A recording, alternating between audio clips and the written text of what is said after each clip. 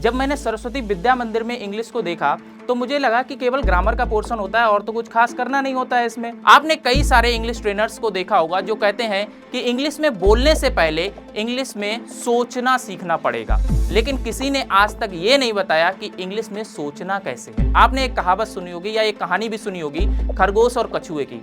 आपको दोनों से चीजें सीखनी होगी। ग्रामर में कई बच्चे फंसते हैं, ग्रामर में कैसे रूल्स हों, कैसे पढ़ना चाहिए। मैं आपको रियलिटी बताऊं, मैंने ग्रामर आज तक नहीं पढ़ी।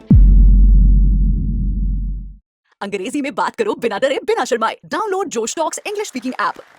Welcome everyone, I am Puneet Kumar Shrivastava. I am the HOD of mathematics as well as I am English trainer at अगस्तु लर्निंग। हाँ जी, आपने बिल्कुल सही सुना है कि मैं अगस्तु लर्निंग पर मैथ्स भी पढ़ाता हूँ और साथ ही साथ इंग्लिश ट्रेनर भी हूँ। तो आज जो 10 से 15 मिनट जो भी आपका सेशन होने वाला है, मैं आपको एश्योरिटी देता हूं कि वो कहीं ना कहीं आपके जीवन में एक बड़ा बदलाव लाएगा अगर आप पूर्ण रूप से ध्यानपूर्वक इस बात को सुनेंगे। क्योंकि मैं यहाँ पर कुछ भी ऐसा नहीं बोलने वाला जो किताबों की नॉलेज हो या फिर थ्योरेटिकल नॉलेज हो। यहाँ पर सिर्फ वो बातें करेंगे जो हमारे रियल लाइफ एक्सपीरियंसेस की हैं। तो चलिए शुरुआत करते हैं। शुरुआत हुई थी हमारी इस जर्नी की, अगर बात की जाए, जैसा मैंने आपको बताया, मेरा नाम पुनीत कुमार श्रीवास्तव है और मैं यूपी के एक छोटे से ज़िले फर्रुखाबाद से बिलोंग करता हूं। अगर फर्रुखाबाद की बात की जाए तो वो एक छोटा सा डिस्ट्रिक्ट है, बट हाँ, वहाँ पे एजुकेशन ठीक ठाक है। मैंने जो शुरुआती शिक्षा थी वो हमारी सरस्वती शिशु विद्या मंदिर से कंप्लीट की थी। सरस्वती शिशु विद्या मंदिर का नाम जैसे ही आता है तो आपके दिमाग में आ जाता होगा कि वहाँ पे टीचर्स को आचार्य जी कहा जाता है। इवन लंच ब्रेक को भोजन बेला बोली जाती है और उसके बाद भोजन मंत्र किया जाता है, तत्पश्चात ही हम लोग वहाँ पे लंच करते थे। तो ये जो सिस्टम था, नो डाउट वो बहुत अच्छा सिस्टम है, हमें पता है कि वो अच्छा था, लेकिन कहीं ना कहीं वहाँ पर इंग्लिश की प्रॉब्लम जरूर है। मैं ये नहीं कह रहा कि सारे स्कूल्स में है, हालांकि अब तो उन्होंने काफ़ी अपग्रेड भी किया है, बट स्टिल कुछ प्रॉब्लम थी मेरे टाइम पे खास करके। अब अगर शुरुआत करें मैं उस जर्नी की जो इंग्लिश के लिए हमारे लिए इम्पॉर्टेंट होने वाली है, तो मैं बात करूं, जब मैंने सरस्वती विद्या मंदिर में इंग्लिश को देखा तो मुझे लगा कि केवल ग्रामर का पोर्शन होता है और तो कुछ खास करना नहीं होता है इसमें। फिर हम लोग इंटर कॉलेज में गए, जो कि एक गवर्नमेंट इंटर कॉलेज था। गवर्नमेंट इंटर कॉलेज की अगर बात की जाए तो वहाँ पे भी हिंदी मीडियम बैकग्राउंड था मेरा, तो प्रॉपर हम लोग हिंदी वेरिएंट से ही पढ़ रहे थे। लेकिन जैसे ही वहाँ पर मेरा 12th कंप्लीट हुआ तो पता चला दिमाग में बैठ गया इंजीनियरिंग या डॉक्टरी का, क्योंकि उस टाइम बहुत ज़्यादा क्रेज़ था इस चीज़ का। तो मैंने सोचा क्यों ना इंजीनियरिंग की प्रिपरेशन की जाए। इंजीनियरिंग की प्रिपरेशन करने के लिए मैं कोटा चला गया। कोटा में जैसे ही पहुँचा, वो मेरा पहला पड़ाव था कि इंग्लिश से हमें रूबरू होना था। जैसे ही हमने कोटा पहुंचे तो कोटा में देखा कि कोटा में 2 टाइप के बैचेस बनते थे, एक तो इंग्लिश मीडियम, दूसरा हिंदी मीडियम। तो वहाँ पर मैंने एक चालाकी खेली। क्या खेली कि मैंने सोचा क्यों ना पहले एग्ज़ाम को क्रैक किया जाए। चूँकि मैं हिंदी मीडियम से था तो मैंने हिंदी मीडियम को चूज़ कर लिया। हालांकि रियलिटी में वो मेरा एक डर था जिसको मैंने छिपाना चाहा। फिर क्या हुआ, मैंने कोचिंग की। कोचिंग के बाद मैं आ गया अपने बीटेक कॉलेज में। बीटेक कॉलेज में जब गया तो वहाँ पता चला बिल्कुल डिफरेंट ही एटमॉस्फेयर था, क्योंकि वहाँ पर सारी की सारी चीज़ें इंग्लिश में ही थी। हमने जो पढ़ा था वो केवल हिंदी मीडियम का था। अब हमें जो डर था वो कहीं ना कहीं फेस करने का, सामना करने का टाइम आ चुका था। मैं जब बीटेक कॉलेज में पहुंचा तो वहाँ पे टोटली इंग्लिश में ही सारा कुछ होना था। अब इंग्लिश की प्रॉब्लम मेरे को फेस करनी थी कहीं ना कहीं। पहले तो मैं बचता रहा, कई बार पोडियम क्लासेस हुई, यहाँ पर आपकी इंग्लिश स्पीकिंग से रिलेटेड ही कहीं ना कहीं अगर देखा जाए पर्सनल कम्युनिकेशन की क्लासेस होती थी। पीसी एक ऐसा सब्जेक्ट था जहाँ पर हमें पोडियम क्लासेस देनी पड़ती थी। मैं काफ़ी बार बचने की कोशिश करता था, थोड़ा सा पीछे बैठ जाता था, थोड़ा सा झुक जाता था कि कहीं टीचर मेरे को ना बुला लें। इसके पीछे कहीं ना कहीं मेरा कॉन्फिडेंस जो था इंग्लिश को लेके वो काफ़ी ज़्यादा डाउन था। फिर एक दिन ऐसा हुआ, मुझे आज भी वो डेट याद है, 9 सितंबर 2015। वो एक ऐसा दिन था जो मेरे अंदर एक बड़ा चेंज लाया था। 9 सितंबर 2015 को एक ऐसी घटना हुई कि पीसी का हमारा एक पोडियम क्लासेस होनी थी जिसमें मुझे पब्लिक स्पीकिंग के लिए बुलाया गया था। जैसे ही मुझे पब्लिक स्पीकिंग के लिए बुलाया गया और मैंने वहाँ पर इंट्रोडक्शन में सबसे पहले बोल दिया माई सेल्फ पुनीत। एक्चुअल देखा जाए तो वहाँ पर जितने बच्चे थे सारे के सारे हंसने लगे। हालांकि मेरा टेक्निकल बैकग्राउंड काफ़ी अच्छा था, मैं टेक्निकली बहुत अच्छा स्टूडियस था, हालांकि इतना भी नहीं, लेकिन हाँ अच्छा खासा था। 80% के अराउंड मेरे बन रहे थे और कोई दिक्कत नहीं थी। बट प्रॉब्लम ये हुई कि इंग्लिश की वजह से मुझे वो जलीलत एक टाइप से कहें या जलालत बोलें, जो भी आप बोलना चाहें, वो फेस करनी पड़ी, वो भी अपने स्टूडेंट से, अपने ही साथ के पढ़े हुए दोस्तों से, जो कि एक्चुअल में टेक्निकल उनका बैकग्राउंड उतना अच्छा नहीं था। तो मैंने देखा कि वहाँ पर जो मुझे दिक्कत महसूस हुई उसको कहीं ना कहीं मुझे ओवरकम करना पड़ेगा, और इसीलिए मैंने उसी दिन ठान लिया कि अब चाहे कुछ भी करना पड़े बट इस प्रॉब्लम को मुझे दूर करना ही होगा। तो वहाँ से एक ऐसी जर्नी की शुरुआत हुई जो कि इंग्लिश स्पोकन की थी, बट वो एक शुरुआत थी। थोड़ा सा मैं बीच में ढीला भी पड़ा। क्या हुआ कि थर्ड ईयर मेरी चल रही थी और उसी टाइम पे प्लेसमेंट के लिए कंपनियां आ रही थी। तो हमारे कॉलेज में एक ऐसा प्रोसीजर था कि थर्ड ईयर वाले भी इंटरव्यू के लिए बैठ सकते थे। वहाँ पर एक ऐसी कंपनी आई जिसने 2 रिटन राउंड रखे थे, लेकिन मैंने फर्स्ट रिटन राउंड इतना अच्छा दिया था कि उन्होंने सेकेंड राउंड के लिए मुझे नहीं बुलाया और उन्होंने डायरेक्ट मुझे इंटरव्यू के लिए कॉल किया। जब मैं इंटरव्यू करने के लिए पहुंचा तो मैंने वहाँ पे देखा कि मेरा कॉन्फिडेंस इतना जीरो था कि मैं वहाँ पर अपना स्कूल का नाम ही गलत बता गया। तो कहीं ना कहीं मुझे जो प्रॉब्लम फेस करनी पड़ी वो कहीं ना कहीं इस टाइप की थी, जिसमें मेरा टेक्निकल सब कुछ अच्छा है, स्टिल सिर्फ इंग्लिश की वजह से मेरे से वो जॉब छूट गई। तो अब मैं शुरुआत करता हूं अपनी उस जर्नी का जो एक लर्निंग फेज था। लर्निंग फेज की अगर बात की जाए तो लर्निंग मैंने कैसे की है वो सारी चीज़ें आज मैं डिस्कस करने वाला हूं, लेकिन वो सारी चीज़ें इस वे में रहेंगी जो मेरा रियल एक्सपीरियंस रहा है। लेकिन उससे पहले मैं जानना चाहूँगा आप सभी से कि आप लोगों का वाई क्लियर होना चाहिए। वाई का मतलब क्या है कि आप इंग्लिश क्यों सीखना चाहते हैं। जैसे मेरी लाइफ में हुआ कि मैंने कई बार प्रॉब्लम फेस की, जो मेरी प्रॉब्लम जॉब से भी रिलेटेड थी, इवन कई बार मेरा मजाक भी उड़ा सिर्फ इंग्लिश की वजह से। तो मेरा वाई क्लियर था कि मुझे इंग्लिश क्यों सीखना है। तो यहां पर आपको भी पहले क्लियर करना होगा, क्योंकि इंग्लिश एक सिर्फ लैंग्वेज है कम्युनिकेशन की। इसका कभी भी कोई फर्क नहीं पड़ता आपकी काबिलियत पर कि आपकी काबिलियत कैसी है। इंग्लिश कभी भी डिसाइड नहीं करेगी कि आपकी काबिलियत कैसी है। लेकिन हाँ, ये एक लैंग्वेज है, चूंकि इंटरनेशनल लैंग्वेज बन चुकी है तो कहीं ना कहीं इंटरव्यू में जॉब के लिए बहुत ज़्यादा इंपॉर्टेंट भी है। तो जर्नी की शुरुआत मेरी कुछ इस तरीके से हुई। जो मैंने शुरुआत में सीखा वो कहीं ना कहीं मैंने अपने ऊपर अप्लाई किया। आपने कई सारे इंग्लिश ट्रेनर्स को देखा होगा जो कहते हैं कि इंग्लिश में बोलने से पहले इंग्लिश में सोचना सीखना पड़ेगा। तो वो हमेशा यही बोलते हैं कि इंग्लिश में सोचो उसके बाद इंग्लिश में बोलो, लेकिन किसी ने आज तक ये नहीं बताया कि इंग्लिश में सोचना कैसे है। तो इस पॉइंट को सबसे पहले क्लियर कर दूं मैं आज कि इंग्लिश में सोचने के लिए सबसे पहले आपको क्या करना होगा, आपको अपने आसपास की जितनी भी चीजें दिख रही हैं उनको इंग्लिश में वोकेबुलरी के थ्रू पहले तैयार करना होगा कि वो आसपास की चीजों को इंग्लिश में क्या कहते हैं। ये एक बिल्कुल जीरो स्टेप है, एक टाइप से पहली सीढ़ी है।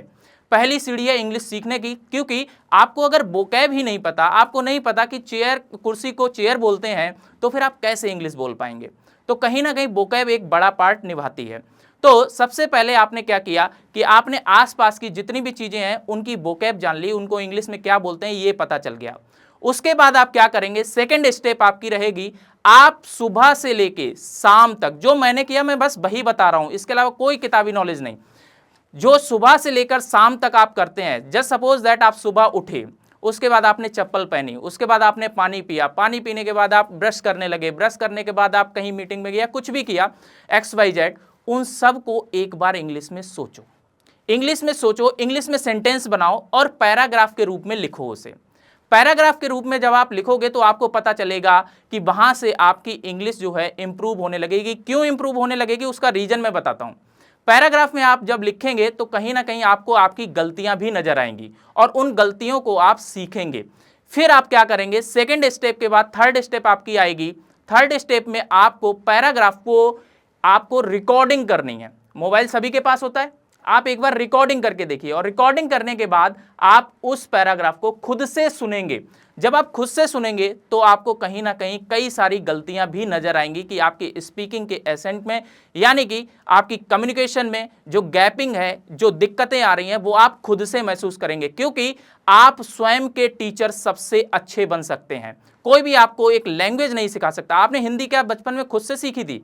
आपने क्या किया, आप जब बचपन में पैदा हुए थे उसके बाद आपने आसपास का वातावरण देखा, सारे लोग हिंदी में बात कर रहे हैं, हिंदी में ही काम हो रहा है, हिंदी में ही मूवी देख रहे हैं, हिंदी में ही सारी चीज़ें चल रही हैं, तो धीरे धीरे वो अपने आप ग्रेस्प हो गई। आपको भी वो एटमॉस्फेयर बनाना पड़ेगा। नो डाउट हर एक फैमिली में ऐसा नहीं होता है कि सारे लोग इंग्लिश बोलते हो। मेरी फैमिली से कोई नहीं बोलता है।